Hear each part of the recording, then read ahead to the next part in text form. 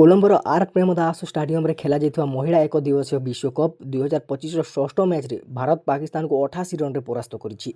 248 run रो target को पीछा करी पाकिस्तान 43 ओवर रे 159 रन रे ऑल आउट हो जाइछि। एही विजय सहित भारत वनडे रे पाकिस्तान ऊपर निजर प्राधान्य बजाय रखी सेमानकर हेड टू हेड रेकर्ड को 12-0 रे उन्नत करिछि। रविवार अक्टोबर 5 रे खेला जाइଥିବା एही मैच रे पाकिस्तान टॉस जीति प्रथमे बोलिंग करबा को निष्पत्ति नेथिला, किंतु भारतीय बैट्समैन माने चतुरतार सहित इनिंग्स को परिचालना करथिले।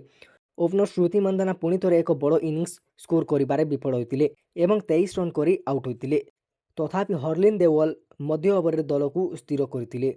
65 बॉल रे 45 रन रो उपयोगी इनिंग्स खेलिथिले। जेमी माहा रॉड्रिक्स 32 रन, प्रतिका रावल 31 रन एवं दीप्ति शर्मा मध्य 25 रन रो गुरुत्वपूर्ण इनिंग्स खेलिथिले। इनिंग्स शेष रे रिजा घोष चमत्कार खेलिथिले। मात्र 20 बॉल रे अपराजित 35 रन करी दल को 50 ओवर रे 247 रन रे पहुंचाइबारे साहाय्य करथिले। पाकिस्तान पक्षरु डायना बेग सबुठार सफल बॉलर थिले। से 4टी विकेट नेथिले, जेतेबेले अधिनायिका फतिमा आसाना एवं सादिया इकबाल 2टी लेखाएं विकेट नेथिले। टार्गेट रो पीछा करबाको जे पाकिस्तान रो आरंभ खराब होइतिला। मुनिबा अली 2 रन एवं सफात समाज 6 रन करी शीघ्र आउट होइतिले। सिद्रा अमीन 106 ओवर रे चमत्कार 81 रन करी गोटे एंड को धरी रखितिले, किंतु अन्य एंड रे विकेट पतन जारी रखितिला।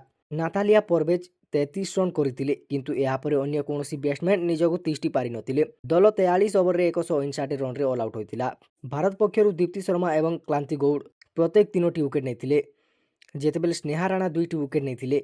एही विजय सहित भारत एक दिवसीय पाकिस्तान विपक्ष रे अपराजित धारा बजाय रखिछि एवं 4 पॉइंट सहित पॉइंट टेबल रे शीर्ष स्थान को पहुंचिछि। बंधुगण, यह थिला ICC women world cup 2025 India versus Pakistan रो हाइलाइट। जदि ये भिडियोटी आपको भल लगी तेल भिडियोटी को लाइक करेंगे एवं पाकिस्तान विषय आपको मतामत कौन कमेंट रे निश्चय जनातु। नेक्स्ट वीडियो आने पूर्व चैनल टी को सब्सक्राइब करेंगे एवं भिडियोटी भल लगी भिडियोटी को लाइक करेंगे।